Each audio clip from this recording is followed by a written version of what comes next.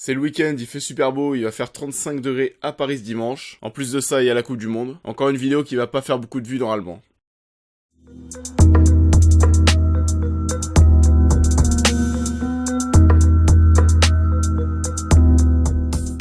Salut à tous et on se retrouve aujourd'hui en ce week-end super ensoleillé et je vous remercie d'être devant cette vidéo. Parce qu'en vrai c'est cool, on va parler de 3 films dont tout le monde a l'air de s'en foutre un petit peu et c'est dommage parce qu'il y a du bon cinéma en ce moment. On va parler de Sicario 2, Sicario, la guerre des cartels, de Tully avec Charlize Theron et aussi Budapest qui est une nouvelle comédie populaire française. Et on perd pas de temps, on va commencer par Sicario, la guerre des cartels. Sicario, la guerre des cartels est la suite de Sicario premier du nom sorti en 2015 qui était réalisé par Denis Villeneuve. Petite parenthèse sur le premier Sicario et ce que j'en avais pensé. Disons que j'ai une relation assez bizarre avec ce film parce que j'ai l'impression d'avoir vu un excellent Denis Villeneuve comme tous ses derniers films bien évidemment, mais je sais pas pourquoi ce Sicario, eh ben ça m'avait pas plus emballé que ça alors que j'y vois d'énormes qualités. Que ce soit le trio d'acteurs Emily Blunt, Brolin et Del Toro, l'ambiance qu'arrive à apporter Villeneuve à ses œuvres, ou encore la photographie de Roger Deakins qui a enfin chopé un putain d'Oscar pour Blade Runner 2049. Enfin voilà, je sais pas. Il y a des choses qui ne s'expliquent pas et vraiment ça fait 2 ans que je me dis qu'il faut que je revoie ce premier Sicario pour savoir pourquoi ça n'a pas pris. Changement de réal pour ce second film, Stefano Sollima, un réalisateur italien pour assurer la suite. Nous retrouvons Josh Brolin et Benicio del Toro qui deviennent cette fois-ci les têtes d'affiche, place qu'occupait Emily Blunt dans le premier Sicario. Le film raconte l'histoire de Matt Graver qui va de nouveau faire appel à Alejandro pour enlever la fille d'un baron d'un des plus gros cartels de drogue. L'objectif est de déclencher une guerre sans merci entre les gangs et la situation va très vite dégénérer. Et c'est pareil que le premier, je sens qu'il y a des trucs bien dans ce film, même beaucoup de trucs bien. Mais je sais pas, c'est un putain de mystère avec cette saga, mais ça m'emballe pas de fou encore une fois. Peut-être que c'est le contexte des cartels qui m'intéresse au final très peu, enfin je sais pas. Enfin voilà, comme je l'ai dit, oui, il y a des choses qui sont vraiment très bonnes dans ce film, même si ça n'arrive pas au niveau du premier. Je pense que Villeneuve a largement prouvé ces dernières années que c'était vraiment devenu un des poids lourds du game. Donc oui, pas facile de passer après pour ce réalisateur italien. Mais il s'en tire très bien et il n'a clairement pas à rougir. Premièrement, on va s'arrêter sur le rythme du film. Et c'est long, c'est même très long. Le film dure 2 heures et si vous êtes allergique aux longueurs, je pense que le film va vous sembler horrible. Mais c'est pas parce que c'est long que c'est chiant et durant ces longueurs, on a pas mal de choses intéressantes sur quoi est-ce qu'il faut s'arrêter. On va avoir pas mal de passages, on va simplement avoir de longues successions de plans sans dialogue avec simplement une petite musique de fond. On a même une scène qui résume un petit peu ce que je suis en train de vous raconter, une scène où Benicio del Toro va tomber nez à nez avec un homme qui est sourd et muet. Et les deux hommes vont commencer à communiquer par langage de signes et se raconter des anecdotes sur leur vie pour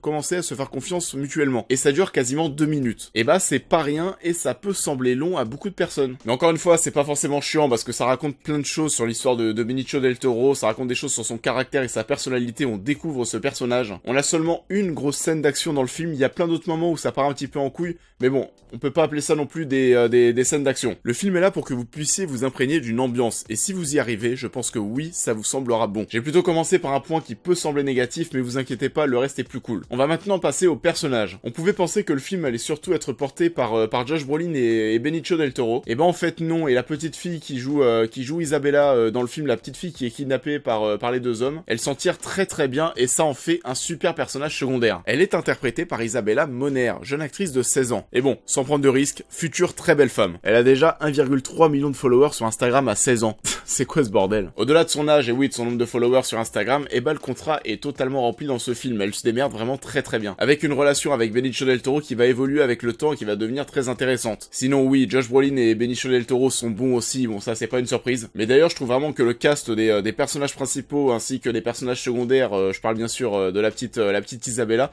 est vraiment bon. On a vraiment donc Benicio del Toro qui a vraiment la gueule pour jouer ce personnage un petit peu mystérieux, mais aussi Josh Brolin qui est là pour jouer vraiment le gros américain bien badass. D'ailleurs le petit Josh Brolin, on le voit énormément en ce début d'année entre Thanos dans Avengers, Cable dans Deadpool 2 et maintenant ce nouveau Sicario. Comme exposition au grand public, on a eu pire. Donc oui, les personnages et les performances d'acteurs constituent un des gros points forts du film et c'est pas une surprise. Et pour finir, on va revenir sur l'ambiance et la réalisation. Encore une fois, ce nouveau Sicario est un film assez sombre comme le premier, même si la majorité des plans se déroulent en extérieur. Le film a d'ailleurs largement été tourné en décor réel au Nouveau-Mexique. Mais oui, on a aussi beaucoup de scènes de nuit, ou alors en intérieur, et visiblement, ils aiment tous parler dans le noir. On a un moment une discussion entre Benicio del Toro et la petite Isabella en intérieur, où au niveau de l'éclairage, on a quelque chose d'assez intéressant, puisqu'on a simplement la moitié du visage des deux personnages qui est éclairé. C'est du champ contre champ, tout ce qu'il y a de plus basique, mais ce qui se passe, c'est que quand Benicio del Toro lui parle, il y a simplement la partie gauche de son visage qui est éclairée, et à l'inverse, quand c'est Isabella, simplement la partie partie droite. Et c'est du détail, mais déjà de 1, le rendu est bon, et de 2, ça permet de maintenir le spectateur dans cet univers et cette ambiance tout de même très sombre. La bande son aide à ça aussi, elle est top, vraiment comme dans le premier film. Le film est très violent et même très cru à certains moments. Bon, faut pas avoir peur de voir un peu de sang. La réalisation est bonne sans forcément être novatrice, on a beaucoup de plans filmés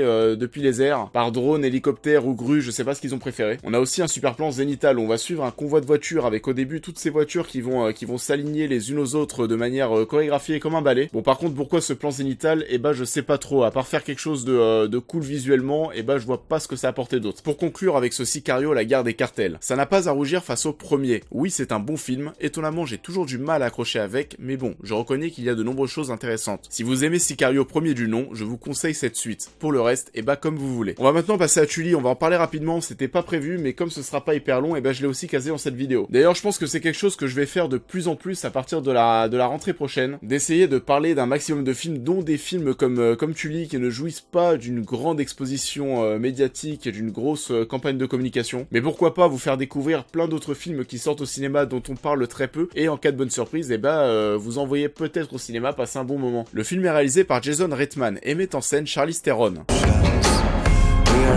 Ouais, mais non, pas vraiment. Charlize Theron a pris 18 kilos pour le film, et c'est plus tout à fait pareil. On peut y voir aussi Mackenzie Davis pour former ce duo de femmes que nous avons pu apercevoir brièvement dans Seul sur Mars ou Blade Runner 2049. Le film raconte l'histoire de Marlo, qui vient d'avoir son 3e enfant et qui est désormais assez malmenée par son corps et son train de vie qu'elle n'arrive plus à supporter. Un soir, son frère décide de lui offrir l'aide d'une nounou, et cette nounou, c'est Tully. Alors pendant les 1h30 de film, je suis passé par pas mal d'états. Déjà, c'est très long à se lancer, genre très très long. Pour tout vous dire, Marlo accouche de son 3e enfant au bout de quasiment 30 minutes, et Tully débarque au bout de 40 minutes de film. Et je suis assez incapable de vous dire ce qu'il y avait d'intéressant avant l'arrivée de cette jeune nounou, c'est vraiment l'élément déclencheur. Et à ce moment-là, vous vous dites que c'est bon, le film est lancé. Et bah un peu, mais pas tant que ça non plus. En fait, oui, l'arrivée de Tully fait du bien, parce que la relation entre Tully et Marlo est vraiment intéressante, même assez bizarre par certains moments. Ça fait qu'on se pose beaucoup de questions devant le film, et ça relance l'intérêt. L'intérêt qu'on perd très vite dans les 30 premières minutes où il se passe pas grand chose. On se pose plein de questions sur Tully, qui est une sorte de Mary Poppins qui sait absolument tout faire, qui va garder ton enfant mais qui va aussi ranger ta maison et faire le petit déjeuner au matin. Sinon on a aussi oui le mari de Marlo qui est là pour interpréter un personnage secondaire. Et on a aussi oui en début de film les personnages du frère de Marlo ainsi que sa femme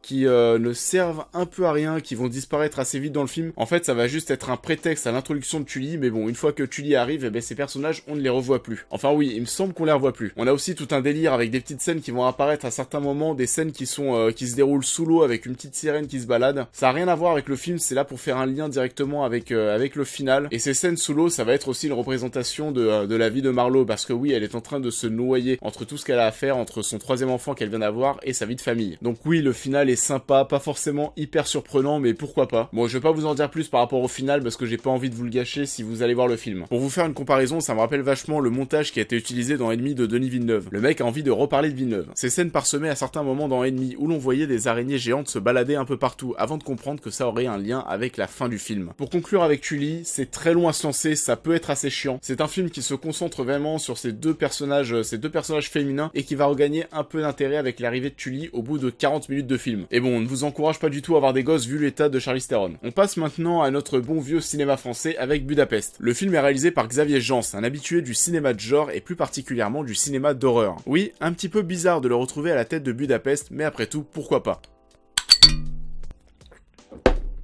Le film est porté par Manu Payet, Jonathan Cohen et Poulpe, mais aussi par deux autres personnages totalement et injustement mis de côté dans la com du film. Et je parle d'Alice Belaïdi et d'Alix Poisson qui jouent respectivement les femmes de Manu Payet et Jonathan Cohen. Le film raconte l'histoire de Vincent et Arnaud, deux amis qui se font chier dans leur vie professionnelle. Ils décident de tout plaquer pour créer une agence d'organisation d'enterrement de vie de garçons à Budapest. Ils vont retrouver sur place Giorgio, campé par Poulpe, qui sera leur guide et va les aider à mettre en place leur projet. Pour la plupart, vous m'avez découvert avec ma vidéo critique de Taxi 5, donc vous savez grosso modo ce que je pense de notre cinéma français et plus particulièrement de notre cinéma populaire français. Mais alors là, bonne surprise. Je soutiens totalement Budapest. Dans un premier temps parce que c'est un film qui se repose beaucoup sur ses personnages et ils sont tous bons. Que ce soit les personnages ou les acteurs qui les incarnent, tout le monde est très juste et le casting a parfaitement été constitué. Et je pose ça là comme ça n'a rien à voir avec un very bad trip, arrêtez de dire ça. Je vais surtout m'arrêter dans un premier temps sur les personnages de Cécile et Audrey, dont on a quasiment pas parlé durant la campagne de promotion du film et qui sont deux personnages personnages assez forts et qui vont avoir beaucoup de temps à l'écran mine de rien. D'ailleurs c'est pas anodin si vers la fin du film on les voit un petit peu prendre la main sur la situation et en faire vraiment les femmes fortes, les femmes battantes et faire aussi un petit peu écho à notre société où on essaye de plus en plus de mettre les femmes en avant. Alix Poisson est là pour faire flipper Jonathan Cohen et ça marche très bien, elle dégage vraiment beaucoup de choses dans son regard, elle est vraiment assez flippante. Au contraire, Alice Belaïdi, c'est la nana beaucoup trop cool, la meuf qu'on aimerait tous avoir. On a vraiment beaucoup d'empathie pour ce personnage, on s'attache vraiment à elle, comme aux autres personnages. Et on a une de ces scènes vraiment très fortes qui, oui, pourra tirer une petite larme à pas mal de monde et ça je ne pensais pas le voir dans ce film. Mais on en revient comme toujours à l'humour et oui, ça marche super bien dans ce film. Jonathan Cohen est vraiment au top de sa forme et oui, son duo avec Manu Payet fonctionne super bien. Et concernant Poulpe, bon, de toute façon, rien qu'en voyant sa dégaine, je rigolais à chacune de ces scènes. C'est une des premières fois qu'il est autant mis en avant, je pense, dans un film au cinéma, et c'est cool parce qu'en plus il est super bon. Et au-delà de tout ça, on a pas mal de scènes où les rires semblaient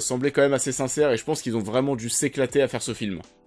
Bon, de toute façon, vu le thème, j'ai envie de dire heureusement. Mais oui, ça rend le tout encore plus fort parce qu'on participe vraiment au délire du film. Parce que oui, il y a vraiment des moments où ça part en énorme délire et tout le monde s'éclate, que ce soit eux ou encore nous devant l'écran. Donc oui, le film est drôle, les personnages sont bons et attachants, mais ce qui retient surtout mon attention, c'est que le film est à pas mal de moments putain de beau. Le film est beau, on a un grand travail sur l'éclairage durant la majeure partie du temps. Bien sûr, dans les scènes où on est dans les boîtes de nuit par exemple, il y a du néon partout, on voit vraiment tout le monde et c'est beau. On n'est pas sur les mêmes budgets, le même matos, mais il suffit de mater le clip Fallait pas de Marwa Loud pour comprendre que c'est une galère de filmer des choses dans un univers sombre, faire en sorte que ce soit visible et beau. Enfin voilà, regardez ça, on voit rien, c'est dégueulasse. Donc oui, je le répète, on a un super travail sur l'éclairage dans le film. Des petits plans rapprochés qui vont même pas durer une seconde et qui vont s'enchaîner très très vite pour montrer pas mal d'action à la suite et créer du dynamisme. On voit le travail de Xavier Jeans, on voit qu'il y a quelqu'un qui sort du cinéma de genre qui a envie d'y apporter sa patte technique et artistique. Et dans notre univers du cinéma français populaire qui peut être la majeure partie du temps, oui, très fade, et voir un petit peu de créativité, ça fait du bien. Et au-delà de tout ça, comme il s'agit d'une histoire vraie, je me suis baladé sur le site Crazy EVG et ça a juste l'air incroyable. Je vous conseille Budapest. Attention, je ne parle pas non plus d'un des films de l'année, mais c'est un film avec un super casting, un casting juste et attachant, un film drôle et surtout un film avec une belle patte artistique et technique. Je pense que vous passerez un bon moment et je vous conseille d'aller voir ce film un vendredi ou un samedi soir vers 18h ou 20h avant d'aller profiter de votre soirée pour faire la fête. Parce que oui, le connard que je suis y est allé un mardi soir et après avoir vu ça,